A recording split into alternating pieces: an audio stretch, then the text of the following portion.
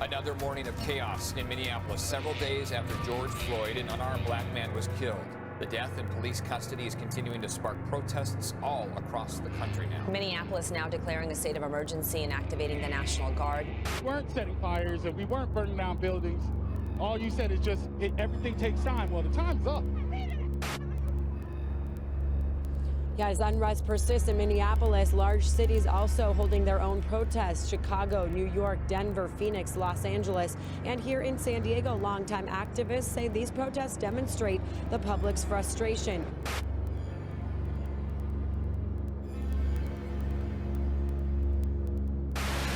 What happened?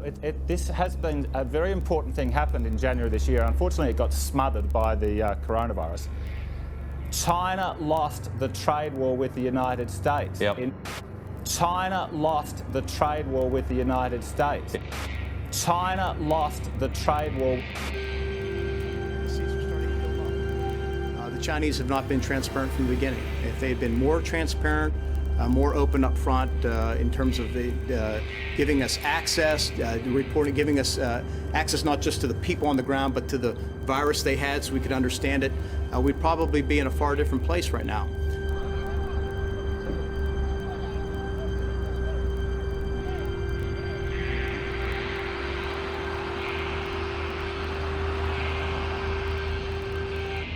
This is the challenge we have with China and the United States. There's this thing in foreign policy called the Thucydides trap, which basically says if you've got a great power and a rival power appears on the horizon, they almost always eventually go to war. Now, if there's a war over the next couple of centuries across the North Pacific between China and the United States, that will make World War I and World War II look like a little footnote in history. Meanwhile, the United Nations has warned that the world risks famines of possibly biblical proportions because of the COVID-19 pandemic.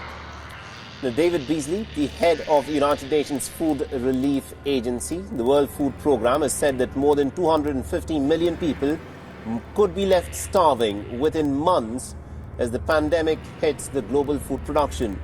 In a report, the agency has said that more than 30 developing nations could experience widespread famines.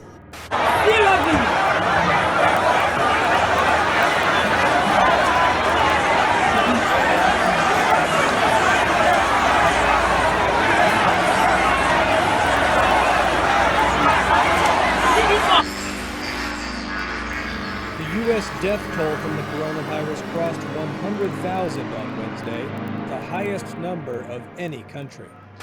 Undertakers dressed for medical battle. Their white protective suits a striking contrast to this red earth. Another soul laid to rest in the Villa Formosa cemetery in Sao Paulo. It's a disturbing ritual repeated up to 60 times a day.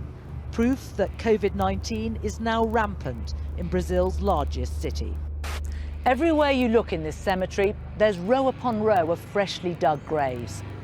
Confirmation that Brazil now has the highest daily death rate of any country in the world.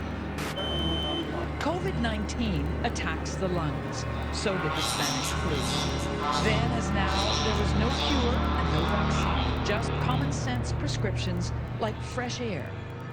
So people blindly followed rules that killed them, especially soldiers on crowded troop ships who spread the virus around the world. It wasn't until 1920 that the worst pandemic in history ended, as COVID-19 will do too.